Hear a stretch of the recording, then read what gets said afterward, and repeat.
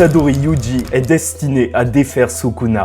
Il doit le faire, car qu'il en soit capable ou non, Sukuna est sa responsabilité. C'est lui qui l'a ramené et c'est donc lui qui devra le faire partir. Puis tout simplement, il en a juste trop souffert. Mais comment arriver à son niveau? Comment arriver à vaincre le plus fort de l'histoire alors que Yuji n'a rien? Même pas une capacité innée. Mesdames et messieurs, ici Chage et je vous propose aujourd'hui de découvrir comment Yuji Itadori pourrait devenir une véritable divinité démoniaque, comme le disait Shozo, son possible futur sort inné et extension de territoire, et surtout le contrôle de l'âme. Et croyez-moi, j'ai bossé cette théorie depuis des mois, rassemblé des arguments ici et là, et un jour, vous verrez cette théorie être volée par un TikToker ou par un YouTuber, même anglophone, car c'est une exclusivité. J'ai vraiment bossé dessus. Une théorie sur la réalité de l'âme qui pourrait bien expliquer une énorme incohérence du manga que peu de personnes ont remarqué. On y va. Enfin, juste après le générique, bien sûr.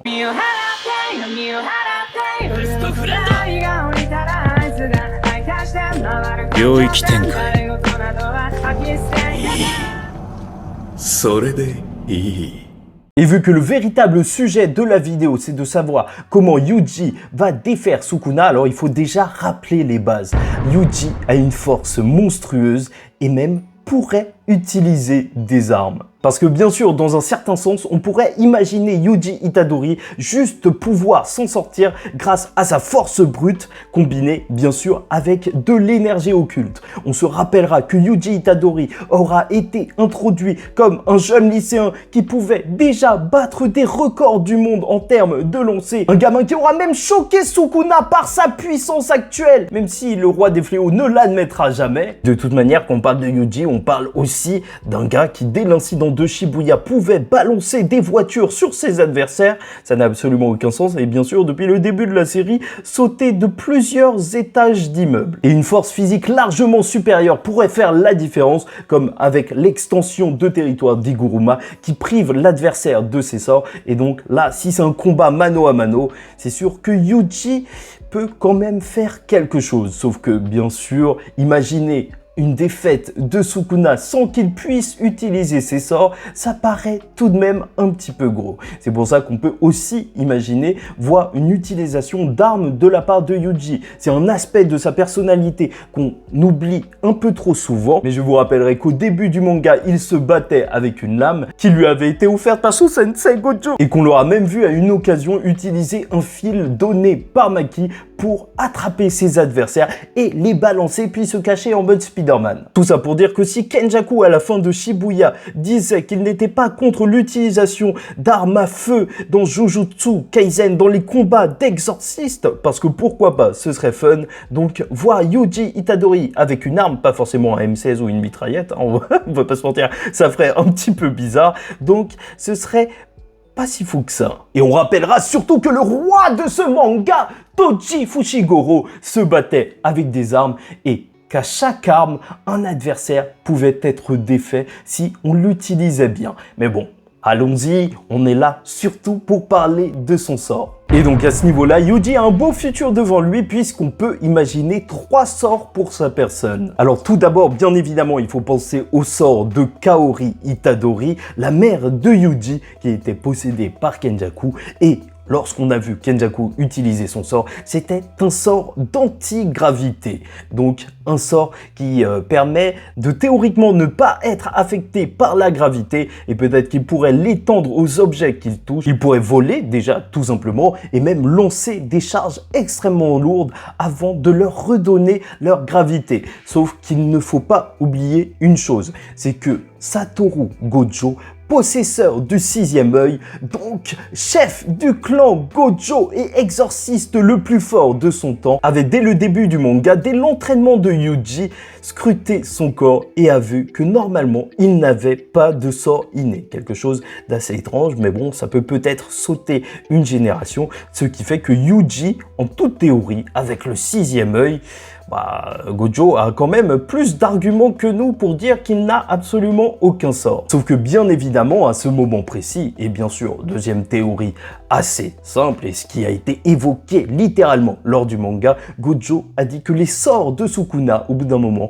resteraient ancrés en Yuji. Et c'est peut-être ça qui vient d'arriver alors qu'il se dresse sur le champ de bataille avec une main ressemblant à celle de Sukuna. Une main avec des griffes et peut-être ayant ingéré le dernier doigt de Sukuna afin de le défaire. Maintenant qu'il a le choix d'être l'hôte de Sukuna ou non, il aurait peut-être tout simplement choisi de le redevenir afin de tuer son pire ennemi, Sukuna, Ryomen Sukuna.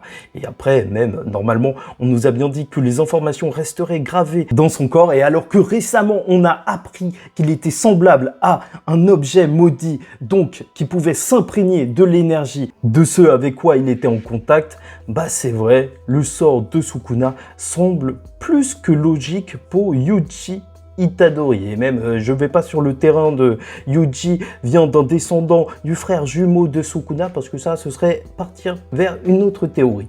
Mais voilà, donc sort de Sukuna, c'est la deuxième théorie. Et avant d'en venir à l'extension de territoire, puis à l'âme, le gros sujet de la vidéo en réalité. Donc la troisième théorie, ce serait tout simplement le sort de manipulation de sang des Kamo. Puisque bien entendu, après la possession de Megumi, lorsque Yuji affrontera et se retrouvera au devant de Sukuna, il lui dira qu'il est prêt à manger n'importe quoi. Une parole plus symbolique que littérale, étant donné qu'il parlait de se prendre de la haine, de se prendre de la douleur, quoi qu'il en coûte pour défaire Sukuna. Mais là où ça pourrait devenir très intéressant, c'est bien sûr par la suite lorsqu'il a retrouvé Chozo, et Chozo lui avait dit que ce n'était pas grave pour la mort de ses frères, qu'il continuerait de vivre avec Yuji. Et ça, c'était bien étrange. C'est arrivé bien après la mort de ses frères.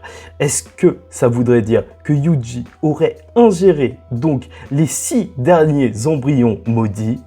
Peut-être bien. Les frères de Chozo créés par Kenjaku, liés au clan Kamo, et qui auraient donc tous une part de manipulation de sang possible. Et si Yuji a ça, alors la manipulation de sang, déjà, ça lui correspondrait tellement d'avoir ce sort qui le renforce, même musculairement, grâce à l'afflux sanguin, et sait-on jamais, peut-être même que c'est pour ça qu'il a une force de fou depuis le début de la série, non pas qu'il aurait ingéré ses frères dès le début, mais tout simplement que, voilà, Kenjaku l'aurait modifié aussi pour qu'il ait les capacités des Kamo, mais quoi qu'il en soit, là, il a pu les ingérer. On nous a dit que son corps était semblable à celui d'un objet qui s'imprégnait d'énergie, et donc, là, on pourrait enfin voir un Kamo au top de sa forme. Parce que c'est vrai, ça m'intéresse aussi parce que le clan Kamo, malheureusement, c'est un des 3 grands clans, tristement le moins bien servi de Jujutsu Kaisen. Étant donné que, voilà, on a eu les Zenin, on a eu tout leur arbre généalogique, il y en a carrément qui sont revenus à la vie, hein, on te voit, Toji. Mais du côté de Gojo, alors Gojo a tellement été présent lors du manga que malheureusement, le clan qui n'est pas assez montré à sa juste valeur depuis le début est bien évidemment le clan Kamo avec sa manipulation de sang. Même pas une extension de territoire. Et justement, on y vient plus ou moins, 4e théorie, l'extension de territoire de Yuji. Alors en fait, c'est surtout l'occasion pour moi de vous donner mon avis sur cette théorie assez populaire, celle comme quoi Yuji Itadori aurait une extension de territoire qui profiterait de ses capacités physiques. Il y a carrément des gens qui en ont fait des vidéos, donc une sorte de ring de boxe, étant donné qu'on a vu un sumo utiliser une extension de territoire sans même réellement connaître l'exorcisme, donc de manière un petit peu instinctive. Mais bon, personnellement, je vous avoue que j'ai un petit peu du mal à imaginer ça, dans le sens où c'était un cas vraiment particulier de voir ce sumo faire ça, et normalement une extension de territoire nécessite donc l'apprentissage et surtout la maîtrise des sorts de barrière. Ce n'est pas pour rien que peu de personnes sont capables d'en faire, que même le surpuissant Nanami n'était pas capable de réaliser d'extension de territoire. Après voilà, le sumo ne s'y connaissait pas en exorcisme, et c'est peut-être même pour ça qu'il avait besoin d'une condition aussi difficile à remplir que l'adversaire accepte de rentrer dans son extension pour se battre. Ça se trouve qu'elle est même pas mortelle et que c'est juste pour s'amuser. Et voilà, en fait, c'est pour ça qu'elle est assez particulière. Enfin bref, moi, j'y crois pas trop. Un Yuji qui utiliserait une extension de territoire sans même maîtriser le sort de barrière, ça paraît quand même, tout de même, un petit peu gros. Et s'il a une extension de territoire, je vois ça plus lié à un sort, étant donné que normalement, une extension de territoire, c'est des barrières auxquelles on infuse un sort inné. Enfin bref, voilà, c'était plus ou moins 4 théories sur le futur sort de Yuji, ce qui lui permettrait peut-être de vaincre Sukuna. Et on va pas se mentir, jusque-là, c'est de la redite. Vous avez entendu peut-être ça encore, et c'est pour ça que on va partir sur ma théorie de l'âme.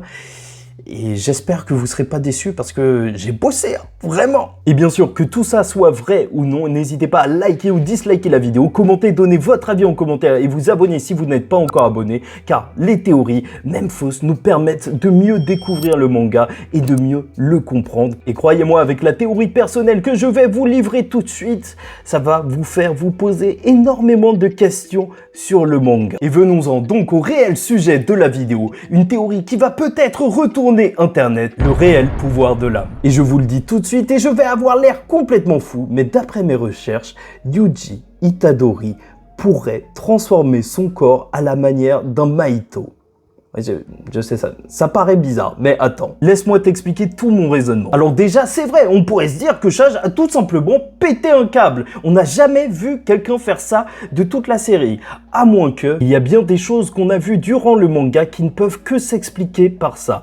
Juste même le fait que certaines personnes peuvent se transformer en reliques grâce à Kenjaku. Que fait-il réellement? C'est un mystère, ça a été posé par Gege Akutami que seul lui pouvait faire ça et que Sukuna avait réussi à le reproduire, mais voilà, changer entièrement la forme de son corps et même faire de son âme une relique. Déjà, ça, c'est bien assez étrange. Mais bien plus que ça, vu qu'on est en train de parler de Sukuna, justement, comment se fait-il qu'un humain, normalement, de base, est terminé avec 4 bras? Comment ça se fait qu'on puisse se faire pousser des bras comme ça, alors que normalement, son sort est un sort de découpe, et même une bouche sur le bide. C'est bizarre. Et je pense que ces deux phénomènes seraient liés à la même chose, tout simplement au fait que l'âme puisse être modifiée par la personne qui a son corps. Et je pense donc que ces deux phénomènes pourraient être liés et qu'on pourrait changer à la fois la forme de notre âme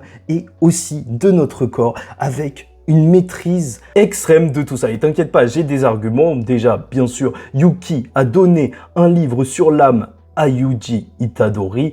Il l'a lu vraisemblablement et on l'a vu échanger de corps avec une personne. Ça, c'est déjà quelque chose. Et c'est pas ce dont je suis en train de te parler, mais ça montre déjà que l'âme a des propriétés particulières, entre guillemets. Mais en plus de ça, depuis le début du manga, on nous rabâche que le corps est l'âme et que l'âme est le corps, que ce soit avec le personnage de Geto qui aura réussi à étrangler Kenjaku lorsque son amour de toujours Gojo lui a demandé de bouger. Et même c'est ce qu'on aura vu avec Toji lors de l'incident de Shibuya. Un Toji qui par son seul corps aura fait aussi revenir son âme. Les deux seraient donc liés. Et bon, il est temps pour moi de vous expliquer le réel argument de cette théorie. C'est bien sûr quand on parle d'âme, parler de Mahito. Puisque s'il y a bien un personnage qu'on a vu maîtriser l'âme dans tous les sens, la former et la déformer, c'est bien sûr le fléau Mahito. Et le fait très important qui m'a fait penser à cette théorie, c'est une incohérence de Gege Akutami. Car lors de la première saison même, donc lors de l'arc Junpain, lorsque Mahito a affronté Yuji et Nanami, il a utilisé une extension de territoire. Jusque-là, tout est normal. Sauf qu'après une extension de territoire, normalement, on ne peut pas utiliser son sort. Sauf si on s'appelle Gojo ou Ryomen Sukuna et qu'on s'éclate le cerveau et qu'on se le soigne juste après. Mais voilà, ça va quand même un petit peu loin. Mais c'est là justement qu'il y a eu une incohérence, puisque c'est lorsque Mahito aura son extension de territoire détruite par Sukuna qu'il s'enfuira. Ok, jusque-là, rien de fou, mais en transformant son corps en celui d'un gamin pour courir et foncer dans les égouts, même liquide et compagnie. Sauf que normalement, il ne peut pas utiliser de sort. Et si son sort, c'était de changer la forme de l'âme, il y a quelque chose d'assez étrange. Et j'y ai réfléchi encore et encore. Le lien avec Sukuna qui peut changer la forme de son corps, les reliques même qui peuvent être faits par une personne en étant nous-mêmes. Donc Sukuna qui a pu se transformer en plusieurs doigts, Kenjaku qui connaît le secret de cela, peut-être que tout simplement on aurait mal compris le pouvoir de Mahito depuis le départ. Le pouvoir de Mahito depuis le début de la série ne serait pas de changer la forme de l'âme tout simplement, mais surtout de changer la forme de l'âme d'autrui. Voilà, je sais pas si tu me suis, mais ça expliquerait toute l'incohérence. Donc, lorsque Mahito n'a plus son extension de territoire, il pouvait encore changer la forme de son propre corps. Car ça, tout le monde peut le faire, mais il s'est enfui car il ne pouvait pas utiliser son sort sur les autres. C'est ça son sort, pouvoir interagir avec les autres, alors que normalement, ceci ne serait pas possible de pouvoir changer la forme du corps d'autrui. Et personnellement, je trouverais ça super intéressant, surtout que depuis le début de la série, on nous montre Yuji et Mahito comme deux faces d'une même pièce. Yuji l'aura même dit lui-même, il est comme lui. Et peut-être que depuis le début, Gege Akutami nous insinuait que plus tard, Yuji ferait la même chose, aurait la même compréhension de l'âme que Mahito et pourrait donc transformer son propre corps. Étant donné qu'il a eu le livre de Yuki sur l'âme, il doit donc connaître bien des secrets. Déjà, premièrement, rien que le changement de corps pourrait déjà servir via des échanges à récupérer celui de Megumi. Mais donc, si vous me suivez encore, Yuji pourrait changer la forme de son corps à la manière d'un Sukuna qui s'est fait pousser deux autres bras, une bouche sur le ventre. Là, on pourrait voir un Yuji qui se transforme, je sais pas, en oiseau, ou en tout cas, juste avec une aile, un quatrième bras, un cinquième bras, une queue pour se battre. C'est vrai que c'est un combattant physique, donc le voir avoir une forme de corps adapté à 100% pour le combat serait juste monstrueux. Il pourrait faire en sorte d'accroître sa force, accroître sa mobilité et même devenir, comme le pensait Shozo, une véritable divinité démoniaque avec une forme tout aussi démoniaque. Une modification du cerveau pourrait en plus lui octroyer un sort inné comme pour Junpei qui n'était pas censé être un exorciste de base. Mais après il a eu cette méduse bizarroïde.